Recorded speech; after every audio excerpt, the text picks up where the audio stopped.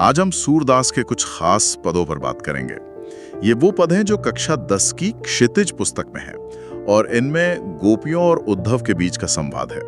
हमारे पास कुछ सामग्री है जिसमें शिक्षा और साहित्य यूट्यूब चैनल का एक वीडियो भी है, वो भी इसी पर आधारित है। तो आज हम कोशिश करेंगे गोपियों के नजरिए को समझने की। मतलब जब कृष्ण ने उन्हें प्रेम मार्ग छोड़ने को कहा, योग अपनाने को कहा उद्धव के जरिए, तो उनका रिएक्शन क्या था? उनकी भक्ति, उनका प्रेम वो कितना गहरा था? चलिए देखते हैं इन पदों को।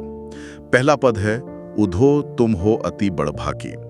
इसमें गोपियां उद्धव पर मतलब व्यंग कर रही हैं, है ना? उन्हें बड़भागी यानी भाग्यशाली कह तो रही हैं, पर असल में वो जता रही हैं कि कृष्ण के इतने पास रहकर भी उद्धव प्रेम से अछूते कैसे रह गए। हाँ बिल्कुल, ये बड़ा गहरा व्यंग्य है। वो कहती हैं कि तुम तो बड़े भाग्यवान हो, पर असल में अभागे हो कि कृष्ण के प्रेम को समझ ही नहीं पाए। जैसे वो उदाहरण देती हैं कमल के पत्ते का। हाँ, और तेल की मटकी का, कि जैसे वो पानी में रहकर भी गीले नहीं होते, तुम कृष्ण के पास रहकर भी उनके प्रेम में नहीं डूबे। कमाल है। और अपनी तुलना किससे करती हैं? अपनी तुलना वो करती हैं गुड़ में लिपटी चींटियों से, गुड़ चाटी जुम पागी। कहती हैं हम तो कृष्ण प्रेम में ऐसे लिपट गए हैं जैसे चींटी गुड़ से उसे छोड़ ही नहीं सकती। तो यहाँ वो ज्ञान मार्ग और प्रेम मार्ग का अंतर दिखा रही हैं। बिल्कुल, कि तुम्हारा ज्ञान अपनी जगह, हमारा प्रेम अपनी जगह। तुम पास रहकर भी समझ नहीं पाए, हम दूर रहकर भी जुड़े हुए हैं। अच्छा, फिर दूसरा पद आता है, मन की मन ही मांझ रही। इसमें तो उनकी निराशा साफ झलकती है। हाँ, यहाँ दर्द है। वो कह रही हैं कि हमारे मन की बात तो मन में ही रह गई। हम कहना चाहते थे कृष्ण से, पर कह नहीं पाए। वो इंतजार कर रही थी कि कृष्ण आएंगे, पर उन्हें मिला योग का संदेश। तो वो कहती हैं कि ये योग संदेश सुनकर तो हम विरह में जलने लगी हैं। बिरहनी बिरह दही, हमारी पीड़ा और बढ़ गई। और ये लाइन उतते धार बही, कि जहां से रक्षा की उम्मीद थी वहीं से दुख की धारा बह निकली। हाँ, मतलब कृष्ण से उम्मीद थी कि वो आकर संभालेंगे, पर उन्होंने योग का संदेश भेज दिया। तो अब धीरज कैसे रखें? मर्यादा न लही। प्रेम की मर्यादा नहीं रही, ये कह रही हैं। जी, उनके अनुसार कृष्ण ने वापस न आकर या प्रेम का उत्तर प्रेम से न देकर प्रेम की मर्यादा तोड़ दी है। समझ गया। अब तीसरा पद, हमारे हरि हारिल की लकड़ी। यहाँ तो उनका समर्पण और गहरा दिखता है। हाँ, यहाँ वो कहती हैं कि कृष्ण हमारे लिए वैसे ही हैं जैसे हारिल पक्षी के लिए लकड़ी, जिसे वो कभी छोड़ता नहीं। कभी नहीं। सोते जागते, सपने में, दिन में, रात में, वो बस कान कान जपती रहती हैं।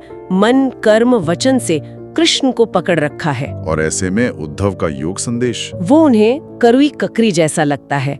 कड़वी ककड़ी जिसे निगला नहीं जा सकता, उसे वो सिरे से खारिज कर देती हैं। बिल्कुल। वो कहती हैं ये योग तो एक बीमारी है, सू तो व्याधि हमको ले आए। ऐसी बीमारी जो हमने न कभी देखी न सुनी। और ये किसके लिए है? ये उनके लिए है जिनका मन चंचल है, जिनके मन चक्री हैं। वो कहती हैं हमारा मन तो एक जगह स्थिर है कृष्ण में, हमें इसकी जरूरत नहीं। क्या बात है, मतलब अपने प्रेम पर पूरा भरोसा। पूरा। अच्छा, और फिर आता है चौथा पद, हरि हैं राजनीति पढ़ी आए। यहाँ तो टोन और बदल जाता है। हाँ, यहाँ गोपियां थोड़ी गुस्से में भी हैं और ताना भी मार रही हैं। कहती हैं कि कृष्ण मथुरा जाकर राजनीति सिखाए हैं और चतुर हो गए हैं। वो कहती हैं कि एक तो वो पहले से ही चतुर थे, एक अति चतुर होते पहले ही अब गुरु ग्रंथ पढ़ लिए हैं। और देखो उनकी बुद्धि कितनी बढ़ गई है कि हम स्त्रियों पर योग का संदेश भेज रहे हैं। ये कटाक्ष है। और वो पुराने दिनों को याद करती हैं। हाँ, कहती हैं पहले के लोग कितने भले होते थे, परहित डोलत धाये, दूसरों की भलाई के लिए भागते फिरते थे। और अब कृष्ण से क्या चाहती हैं? वो कहती हैं कि कृष्ण अपना मन फेर ले और राजधर्म निभाएं। राजधर्म वो क्या है? गोपियों के अनुसार राजधर्म तो यह सूर जो प्रजा न जाही सताए।